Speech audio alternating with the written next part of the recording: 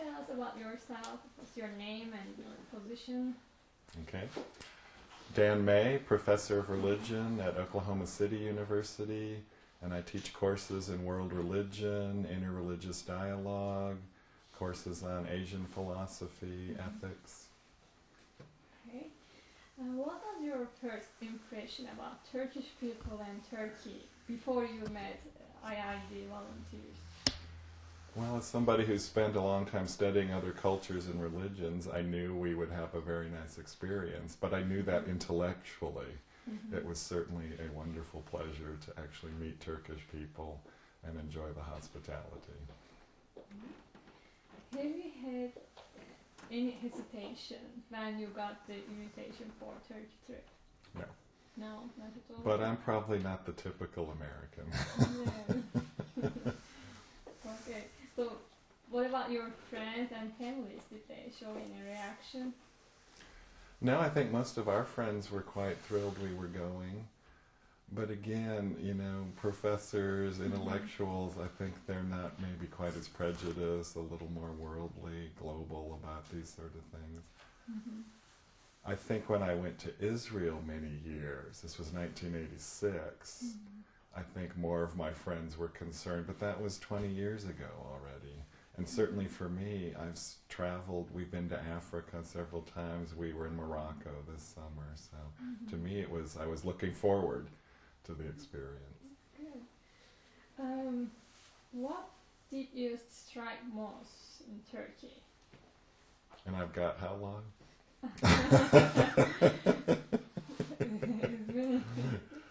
Well, I think for both my wife and I, the hospitality that was shown us was overwhelming. And if you see any of the tape from the last dinner we had in Istanbul, all of us are in tears. Our Turkish hosts are in tears. The Americans are in tears because we had such a lovely time. We saw all these beautiful places. All of the effort that people went in, that did to go into our planning, we felt that, we were very appreciative, and I think we all enjoyed the experience tremendously. Even though we were tired, even though we were jet lagged, we had a marvelous time. So that was the thing. Seeing the sights was wonderful, but it was getting to know people, being at their house, sharing ideas, talking about the global situation. Was very good. If I ask about what is the most striking place that you enjoy? I liked all the places, but I think especially I liked Konya, visiting the tomb of Rumi, very spiritual, very powerful. I wasn't prepared for that. Plus we met a principal of Sabah schools, one of the Gulen-inspired schools, and we had a very nice relationship with him, so I think I have very fond memories of that as well. How your impression about Turkey and Turkish people has changed after the trip? I think before the trip I knew maybe a little bit of Turkish history. I knew it was an Islamic country. Probably didn't know much more than that. I didn't have any negative impressions of Turkey per se, but going there you realize what a rich culture it is, not just in terms of Ottoman or Islamic culture, but all of the Roman and Greek sites that are there, the archaeological sites, the Christian sites. You realize what a diverse culture this is, what a long history, very powerful, very beautiful in terms of the architecture, the art, the people, the diversity. That I don't think I could ever have gotten from a book and really appreciated it. So that was very, very helpful. So now, even though I've taught Islam for many years in a world religion class, having now been to Morocco and even Palestine, seeing some of those sites, and now Turkey, I think I speak with much more authority to my students when we're talking about these issues. Because they, of course, are influenced by the media, so they're going to wonder, is Islam terrorist? And we have to deal with these questions. And now I can say, I've been to Turkey. I've felt the hospitality of Turkish people. I've seen the country firsthand. I know these are not true. These things that people say about Islam. And I think now my students, realize I'm not just saying this because I read a book or I'm a crazy professor or something.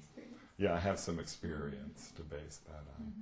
What is the unique thing about Turkey if you compare the places that you have been before in terms of understanding Islam or, their culture? What's unique? I think what we saw, and this is what you don't see a lot in the press or the media, Turkey, I think, is more open to other religions, other cultures, partly because of its own history, and you feel that there. There were all of these different archaeological sites, different communities of people. So we felt that there was a spirit of understanding, dialogue that was taken seriously by most people. Okay. How did you feel when you learned, and maybe you already learned that Turkey was cradle of many civilizations, as you said, and many religions, and people could live together in peace for centuries. Yes. So how did it contribute to your ideas about peace in the world?